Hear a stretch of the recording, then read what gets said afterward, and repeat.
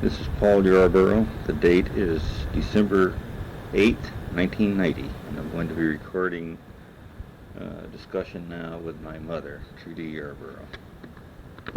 This family things, I've got write-ups on that Yeah, be well, more accurate. Yeah, well, where were you born now? What town was it? I was born on the farm out in Brazos County, out short distance from Harvey. From Harvey. Yes. Yeah. And probably 6 or 7 miles from Bryan. I'm not sure Uh-huh. the distance was. And of course I wasn't named. You what?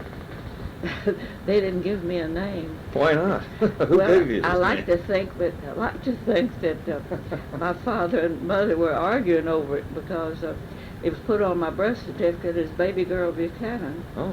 And I didn't know that until I wrote back to get my birth certificate. And it happened to be that the city county clerk was someone I'd gone to school with. Mm-hmm. So he knew Aunt Faye. So he just called up Aunt Faye and asked her to come down and give him my name. He knew what it was, but if I'd only known it, I would have put my name down as Trudy. But instead of that, Aunt Faye told him Trueheart Flourney. And The Flourney was a legitimate choice. that was for my pick it up? that was for my great grandfather. His name was Flourney Cole. But did Aunt Faye pick that name out, or? No, that was what they were going to name me, but they decided it later on, but it didn't go on my birth certificate. Yeah. So I was Baby Girl Buchanan. Baby Girl Buchanan. So, at any rate, I knew it was what gave me the nickname Trudy. You like that? That's Yeah, a I good like name. it. I like Trudy. Yes. I found out since then that I've read more and more about people named Trueheart as a last name, and of course it was a last name, the reason I got the name. My mother's roommate at Bryan Female Academy was named Trueheart after her mother, after their family name. She was, her mother had been a Trueheart, and so she was named Trueheart. And then There's Tess Trueheart, Dick Tracy's girlfriend. yeah. So, but another interesting highlight of all this naming was that my grandmother Buchanan's name was Sunshine. And when I was at Fort Worth High School, I asked one of my teachers that wasn't very well liked by other people, but I liked her. Why? I asked her to sign my girl graduate book. So she wrote a little article in there and said that how much she had liked me, or words to that effect, and had enjoyed me, and that perhaps a lot of it was due to the fact that her best girlfriend was named Sunshine. Mm-hmm. And I didn't pursue that because one of my father's cousins was named for my grandmother, and her first name was Sunshine. She was Sunshine Cole, like my grandmother had been born, Sunshine Cole. Well, now the Coles were your blood relatives? Yeah, they were my grandmother Buchanan's parents. So Grandpa Buchanan married Sunshine Cole. Sunshine Cole. Oh, That yes. was your grandmother? Yes. Now you were telling me, weren't you, that she was quite a reader? Oh yes, avid reader. Grandfather went to town twice a week to buy supplies and also to take butter and eggs in to sell. And he'd go to the library, and Miss Willie Rogers would pick out 2 books for grandmother. She read 4 books a week. 4 books a week she read. Yeah. Miss Willie kept her abreast of all the latest. Now Miss Willie was in Bryan. Oh yes, she was the librarian at the Carnegie Library. And you liked her too. Then. Oh, I loved her. Yeah. Yes. Did you spend a lot of time in the library when you were a kid? Oh, I did we moved into Bryan, and I didn't know anyone that summer. And Well, you lived out in the country at first. Oh yeah, we lived in Harvey. Yeah. My father sold our farm when my mother died, and he bought a general merchandise store in Bryan. In Harvey. Oh, in Harvey. And bought a house there. And he took my stepmother there as a bride, along with 2 children. So. Yeah, and then she had Hal and Felton. I mean, no, she had, Hal and Felton were the oldest, so she had Kenneth the third. Yeah. Felton never did live with us. Hal did. Felton remained with with the grandpa and grandma Buck. So, and then you moved into Bryan? Then we moved into Bryan. First I had gone to Waco for a year and gone to school there. Waco? I didn't know that. When I was in the, I'm not sure now, I guess I was in the 6th grade in Waco. You lived with Uncle Newt and Aunt Win then? Mm-hmm. Were you with Uncle Newt and Aunt Win then yes, too? Yes. And so then we moved into Bryan that summer when I came, at the time I came home. But not knowing anyone there, I spent the summer at the library and reading books down there and taking them home. Had a wonderful summer. I bet you did, yeah. I did. You got to know Miss Willie then. Was she Oh, the only yes. person working in the library? Oh, yeah, she was it? on. And she had a pencil that fascinated me. It had a little date thing on it. On the pencil, she could turn it over to snap the book. Oh, On our library card. Yeah. So you could put the date in the card. Oh, yes. System they still... Yeah. It was a In pen, way- I one think, way rather to than a use it. pencil, but she dated the library card when we took them out, and I think we had supposed to return them. Probably had 2 weeks, but I never waited that long. I was about like my grandmother was. I would usually read one at the library and then take a couple home, read them, go back the next day. Good Lord. You would read like 3 books a day? Uh-huh.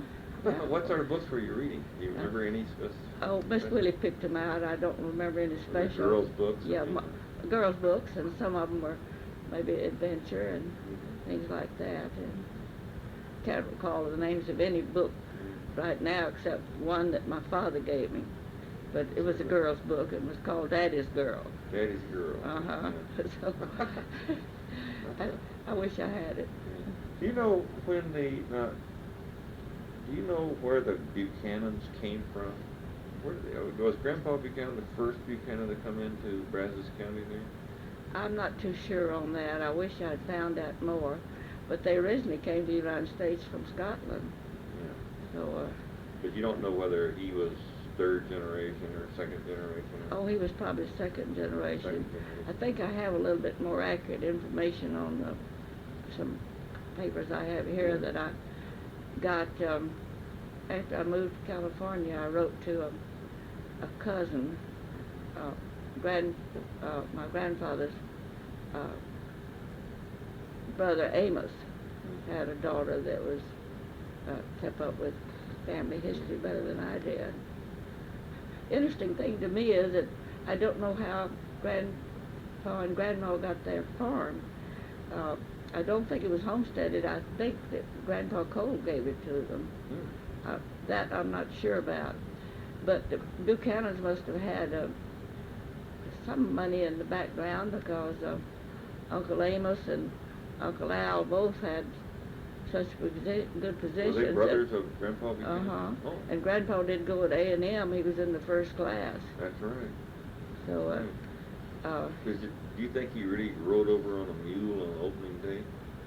well, he probably... That's a legend that I've been spreading around. I'm not sure it was a mule. Your dad did get arrested for speeding, for riding to Franklin on a mule on Sunday. Yeah. Too fast. Yeah. Big race down Main Street or something. Oh, yeah. But, so you don't know for sure whether he moved into Texas or he was. Oh, he grew up in moved that to area? Texas. And he grew up. I mean, he moved to Texas, but I'm not sure at what age or exactly which state he came from. And didn't you tell me that one of your memories of him as when you were a young girl was that every like on Sundays he would go over and heat up the church? And so oh forth? yes, I mean, he did that every Sunday. And did they have a traveling minister? they had a or minister that came once a month. Once a month. And so Grandpa conducted the services the other 3 Sundays. And there might not be anyone there but Hal and Felton, but he did it. You still have a church service anyway. Yeah, but he'd teach them have a Sunday school class for them, and maybe it's the Bible They reading. had a little building though? The little Oh, church yes. building? It was, he gave the land, he and Grandma did. Oh. And I think that they, it was called the Bright Light Church. And I think that they may have built the church. You think that church is still standing? No, because when we went back with Chuck and Bert, it had been torn down and a new church built. Oh. And we couldn't get in that one, it was locked. But was it a small little country church too? Yeah, it was bigger than what we had had, because there are more houses out there. Grandpa's farm has been kind of a development with quite a number of houses on the Oh, is place. that right? Mhm. Now, the preacher that come, was he like a circuit preacher? Well, he lived in Bryan, and he had other churches. Oh, so He once a was month he called- would come to this church and then other He was churches? called, his name was Tatum, Brother Tatum. Brother Tatum. And also, Ken and Thurston's grandfather was not a churchgoer, and he didn't take the boys to church, and whatever religious training they got was from Grandpa Buck. He would go after them on Sundays and bring them back. It was few miles apart, but he'd drive over and get them and bring them to the Probably knew the Bright Bible. Light Church. He probably knew the Bible very back Yeah. And Grandpa was one of those men that didn't believe in letting your left hand know what your right hand was doing, or vice versa. I forget which. That many a widow he would hitch up his horses and go over and plow their land right. for 'em and do things like that, Yeah. and probably gave them money and everything else. He was a real good man. in that Yeah. sense, He was a great one for helping widows and orphans. Yeah. My Good to be. grandmother Buchanan was not a churchgoer either, because she was turned off by all the preachers that she had to feed. Sunshine. Yeah. Yeah, But, well, she had to feed them on Sunday, yes. Mhm. Sunday dinner. Oh yes, because They were ferocious eaters, weren't they? oh yeah, they would have to have them there, because Grandpa was the most prominent member, and also their house was about a distance of a city block. Now, And when so- you told me once that you used to have to eat at second table, you called it, Oh yes. and that meant you waited until all the grown-ups were through eating, and Now, then and what? that could go on for 2 weeks, because when they had a meeting, they called them protracted meetings, where a visiting minister and his wife would come, and they would preach every day, and For at 2 night weeks? too. Yes, and they would stay and Stay at Grandpa's house? yeah, and they'd be invited other places for dinner, noontime dinner, had. But they usually would, most of the time they showed up for eating meal, supper. And I remember one time Grandma was real mad. She thought they were going to be gone for both meals and come home after the night meeting. But one night here they showed up about, say 5 o'clock, and Grandma hadn't planned to do any cooking. So she was so mad that she put some leftovers on the table, and some, I think some cold fried chicken, and some sliced tomatoes and a few things like that. And it was one of the most popular meals, according to the way they bragged on it. Oh, so you made a mistake then. Calculated it. Mistake. No, I don't remember hearing this, but the story was on Felton that he was out on the porch. The Grandpa and Grandma had a big dining room, and there were windows in it. And Felton and Hal were out on the porch looking through the window, and that when the preacher took the last piece of chicken on the plate, that Felton just screamed. Whether that's true or not, I don't know. I always assumed that was true, because I'd heard that story before. I know, I've told it many times. Oh, But anyway, right when they, I don't know whether it was when they were going to dedicating a new church or just replacing the pews in an old church. And they were, different people would give a pew in memory of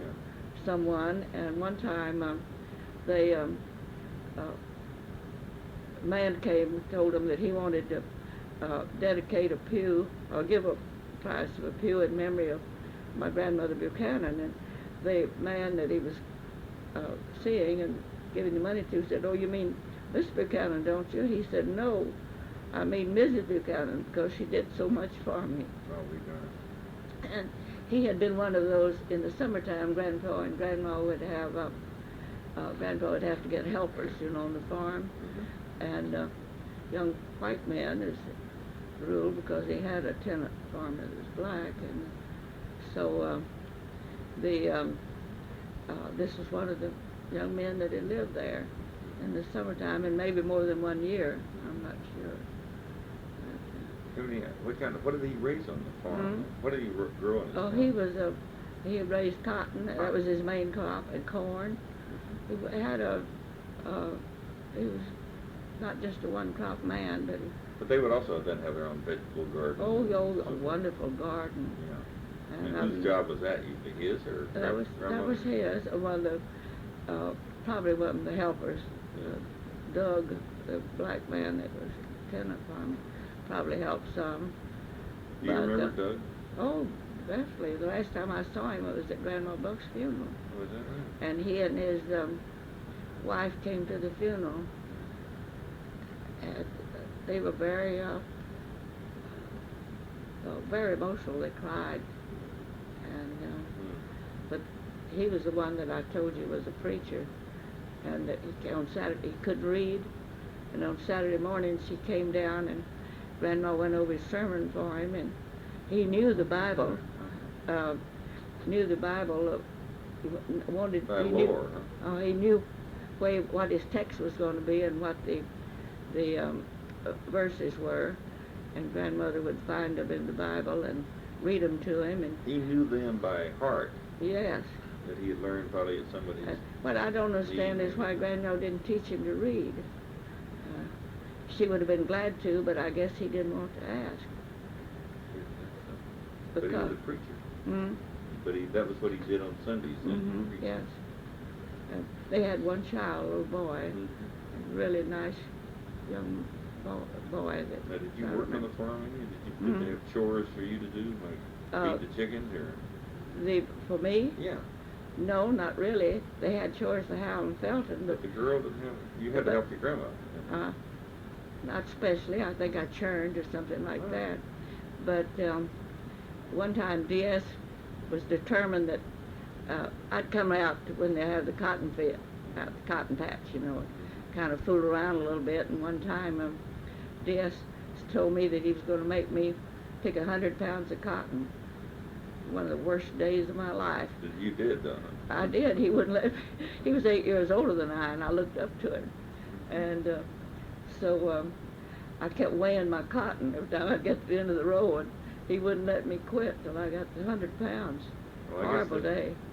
The day I went out and picked cotton with Earl Hinson and Gene Jared, they paid 1/2 cent a pound, and I made 6 cents. So it must have mean I picked 12 pounds. Well, I worked all day doing it. Where was that? One time when I was kids, Earl and Gene and I went over and got a job picking cotton. Oh, We took yes. out gunny sacks, but we each made 6 or 7 cents. Well, I probably made about $1. Grandpa paid Hal and Felton, and I got paid that day too. Probably $1, I'm not sure. But at any rate, it's not an easy job, I can tell you. No, it's terrible. Terrible. Where did you graduate from high school? Was that Fort Worth? Oh, yes. Yeah. I went there in my senior year. That was after your father had died. Yes. Killed himself. When I was 16. Yeah. So, and you graduated at Fort Worth High, one high school in Fort Worth. Central High. Central High. Then what did you do? Did you work in Fort Worth? After the summer after we graduated, they moved to. No, I stayed there 1 year. We were there a year longer, and I went back to high school and took a business course. Uncle Newt wanted me to go to college, to the Texas Woman's College. There was, Where? In Fort Worth. In Fort Worth. But I didn't want to do it. I would have had to have financial help, Yeah, and I regret that I didn't, yeah. but I wanted to get a job and make some money. So that summer after I had finished my postgraduate work, we moved to Waco. Uncle Newt switched his location to Waco. Yes, he worked for the Cadillac Chevrolet agency in Waco, and then, he was his Cadillac salesman. yeah. And how long was it before you got a job working where you met Dad? Well, I got my first job I got was W.T. Farley, which was a chain store, and they sent me over to the courthouse to do some work, to get some names, I think, off of tax Checking the rolls or records. something. And there I met a woman whose name I've forgotten, but older, and she was in charge of that office. And we became very good friends. She more or less took me under her wing. And then You worked there at W.T. Farley. not very long, because a friend of mine from Fort Worth came to Waco to visit an uncle, and he said, I said they need a friend of mine at the Shear Coffee Company needs someone, a secretary or someone in the office, and why don't you go down there and apply for a job? So I did, like on Monday, and your dad hired me. He interviewed you and hired you?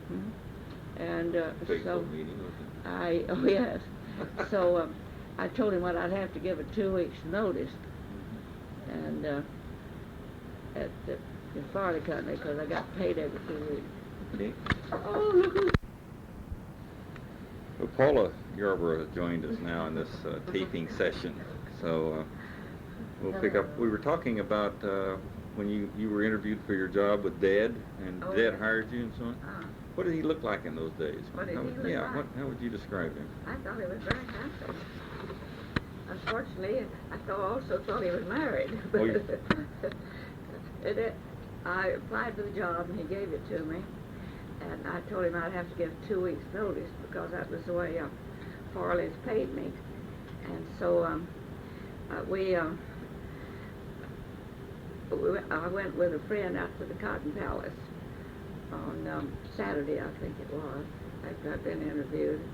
And I saw him, Charlie, and Paul Granberry together. Mm-hmm. And so They were best friends, Paul Granberry. So on Monday morning, Charlie called down to Farley's where I worked and told that man that I applied for a job and that he really did need me in the office, and he was wondering if I could be released, immediately, say at the end of the week. So I was a very unimportant cog down there. So the man said, well, yes, that would be all right. So I left at the end of the week. And was that with the Shear Company? The Shear yeah, Coffee Company? the Shear Coffee Company. Or the Shear Grocery Company? Oh, No, this the was the Cooper coffee Grocery department. Company and Shear Coffee. No, Cooper Grocery was a rival to Oh. Shear's Grocery. Shear's Grocery had a separate coffee department, a separate candy department, and a separate cigar department, as well as the groceries. And so I went to work on Monday morning, and someone would call down to the office, and Cooper Lockridge would answer the phone, and he'd say, oh yes, Mrs. Yarborough, he's right here. So I thought that he was referring to Charlie's wife. Mm-hmm. And Grace was visiting there at the time with Grace Jewell. You know, that So- was his wife and daughter. Yes, so after lunch, while Grace was driving back to work and keep the car, and when he'd get out of the car, Grace Jewell would kiss him goodbye. So anyway, I worked there from Monday till Saturday, and Saturday at noon, all the departments closed, and we were able to, the employees could go to the candy company and buy box of candy, which I didn't do, being new on the job, I suppose. And so Charlie bought a box of candy and asked if he could drive me home.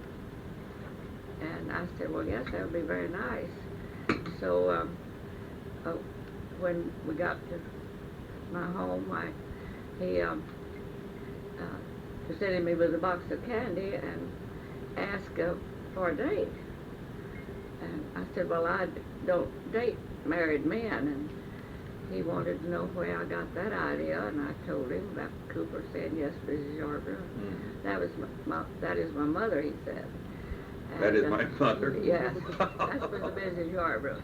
And I said, well, what about the woman and little girl that bring you back to work? He said, that is my sister and her little daughter. So he said, I'm not married. And he said, now how about that date? And I said, well, I don't date a man that I work for. But I kept the candy. Kept the candy. And then later changed your mind, or? Well, no, the Cooper had to declare bankrupt. Sierra Company had to declare bankruptcy, and the different departments were sold off. And Mr. Boyd from Fort Worth bought the coffee department. And so, and he hired your dad to be a salesman out on the in the territory. So then I could date him, and then He wasn't your boss anymore. he wasn't my boss anymore. Was that So- a demotion for Dad? Hmm? Was that a demotion for Dad? at that Yes, stage? because Charlie had been the manager, and he was the one that worked out that mail order business, and quite successfully shipped coffee to 5 different states. Oh. And he sent out he called it a flyer, but it was more like a little promotional pamphlet, 2 or 3 pages, and they were sending their orders for the coffee, and they shipped the roasted coffee. So then Mr. Boyd, I guess Charlie quit. He didn't like that. Didn't like that. And he and Jack went into business, and Yeah. so we were still dating, and then Mr. Boyd said that began to criticize Charlie, and I finally said, now Mr. Boyd, you know that I'm dating him, and I don't like you to say those things to me. And he said, well, in that case, I don't think it would serve my best interest to have you to continue to work here. So I said, fine. And that was my one and only time to be fired from a job. So, and over a man at that. How about that? So, Now, what did Paul Granberry do for a living? he had a big job with the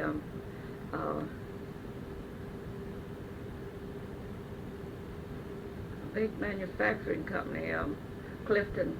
Clifton Manufacturing Company? Yes, they manufactured awnings, and It's funny how the name popped back in my mind Yes, because I heard you mention that. so he had a very fine job with them. And he was a few years older than your dad. He remained a bachelor. Always And remained his a bachelor. sister was one of your friends, Yes, wasn't it? Vivian Jackson. Vivian Jackson. And Vivian and Paul and their sister Minnie were left orphans.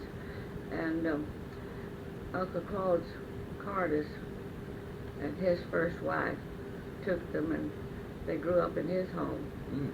And they weren't too closely related to him, as I recall, but they gave him a very good home. Yeah. And, but Paul was very sophisticated and very smart. You named me after him.